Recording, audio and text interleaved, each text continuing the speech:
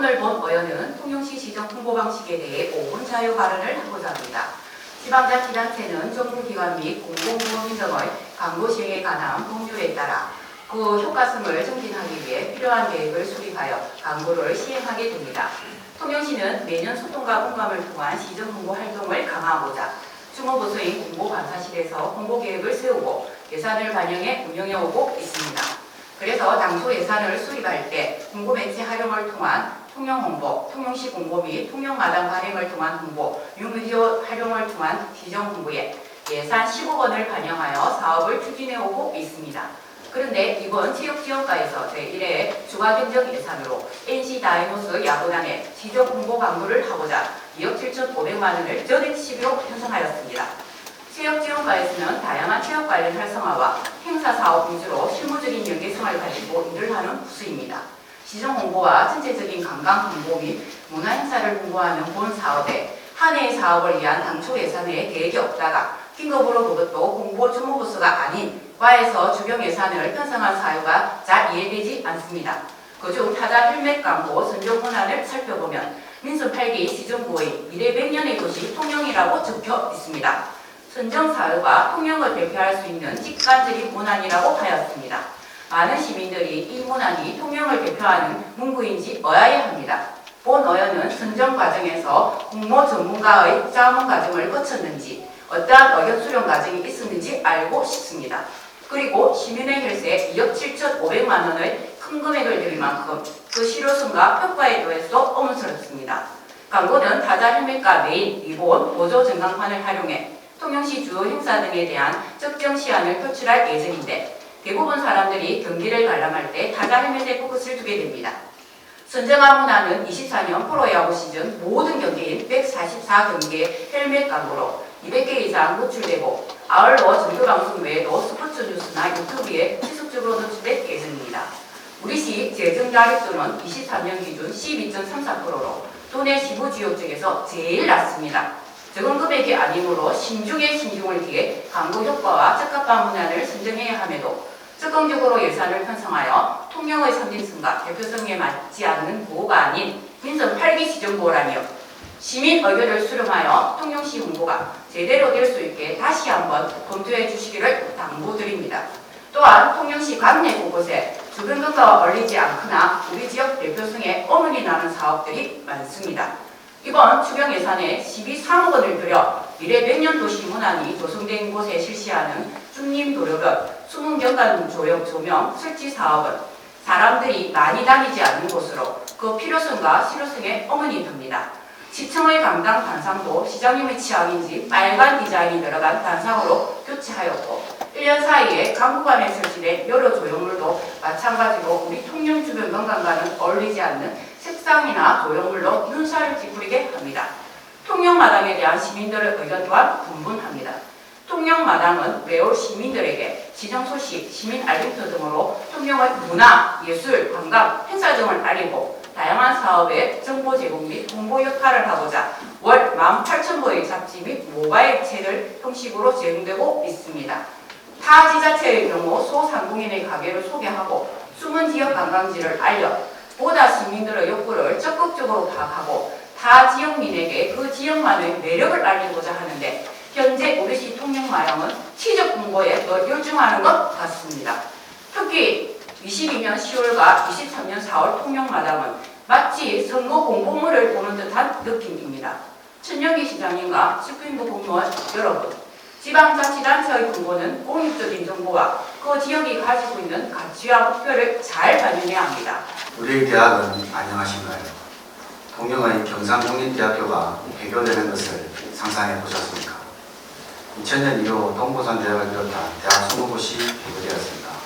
그리고 2040년이 되면 서울권 대학도 정원을 채우기가 어렵고 지방대학은 조립 자체가 힘들다고 합니다. 대학 없는 대학로는 지역 상권이 붕괴로 이어지고 있으며 대학이 멈춘 지역은 도시도 함께 무너지고 있습니다. 즉 대학과 도시는 없는 공동체라 할 수 있습니다. 스웨덴 말매의 눈물에 대해 아십니까? 조선 석류산업이 성행한 말매는 실업률 22%, 일자리 3만 개가 상실되어 지역 소멸 위험에 노출되었습니다. 이러한 말매는 도시 한가운데 말미 대학교를 설립하였습니다. 대학 신입생 축제를 지역 주민과 함께 문화를 공유하고 도서관을 개방하여 배움과 문화 기회를 지역사회에 제공하였습니다.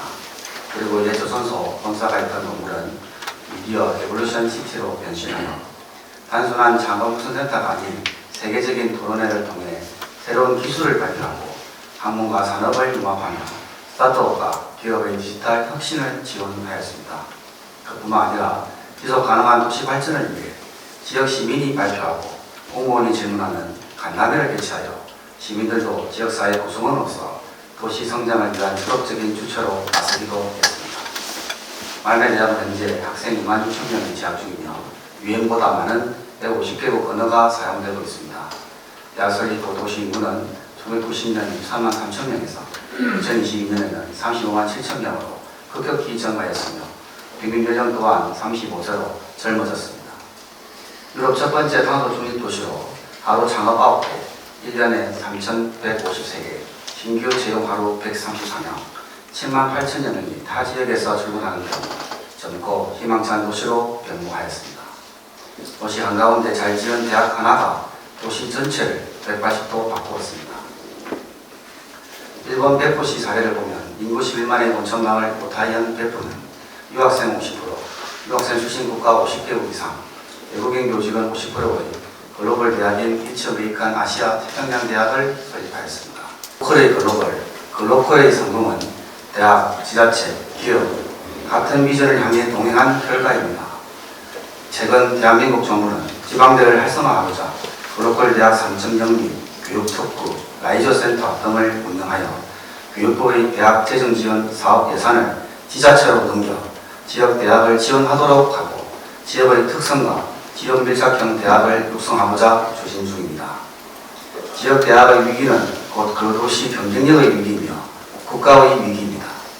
앞선 지역과 대학 상생 사례에 주목하여 이제 대학과 지자체, 기업과 시민이 함께 도시의 미래 비전을 위해 담대한 동행을 시작하여야 합니다. 최근 울경 메가시티 관련 사업들이 구체화되면서 주목을 받고 있습니다. 이 사업은 수도권 중심의 경제 팽창으로 지방 성장 잠재력이 약해지면서 수도권은 더욱 가밀화되고 지역은 더욱 소멸화되는 것을 막고자 하는 것으로 김경수 전 도지사 시절 부산, 울산, 경남을 하나의 생활권과 경제권으로 묶어 세계 지자체가 협의체를 통해 공동으로 각종 인프라 산업, 인력과 인재 양성, 정부국책 사업 대응으로 지역 발전을 도모하고자 야심차게 추진하였던 사업입니다. 인구 감소 속도가 가파르게 진행되면서 지방 소멸 위기 시계추도 한층 빨라지고 있는 양상입니다. 범정부 차원에서 일탈 해법을 찾지 못하고 있는 실정으로 이제 각자 도생이 아닌 인근 지자체와 통합 카드론도 다시금 등장하고 있습니다. 최근 통영은 인구 12만 명, 고성은 인구 5만 명의 벽이 무너졌습니다. 지방 소멸을 막기 위한 상생과 협력이 시급합니다. 기존의 지자체 역할은 그대로 두되 공동 대응할 강력사업과 시설 및 인프라 사업에 대해서 양시군이 적극적으로 협력하여 활로를 모색해야 한다고 생각합니다. 이후 통합을 논의하고 뜻을 모아서 가는 과정이 필요합니다. 전영기 시장님 이하 재평구 공무원 여러분, 2012년도에 통영시와 보성군 간에 통합 논의가 있었습니다. 행정통합은 주민의 뜻을 바탕으로 주민에 의해 이루어져야 합니다. 더디고 힘든 과정이지만 지역사회 분위기가 먼저 조성되어야 합니다. 양 시군이 광역사업 등을 통해 교류가 더욱더 활발하게 이루어지고 우리 지역 인력 인재 양성을 공동으로 대응하여 행정통합의 토대를 만들어가야 합니다. 지역의 젊은이들이 양질의 일자리가 보장되고 기회가 많은 대도시로 떠나고 있습니다.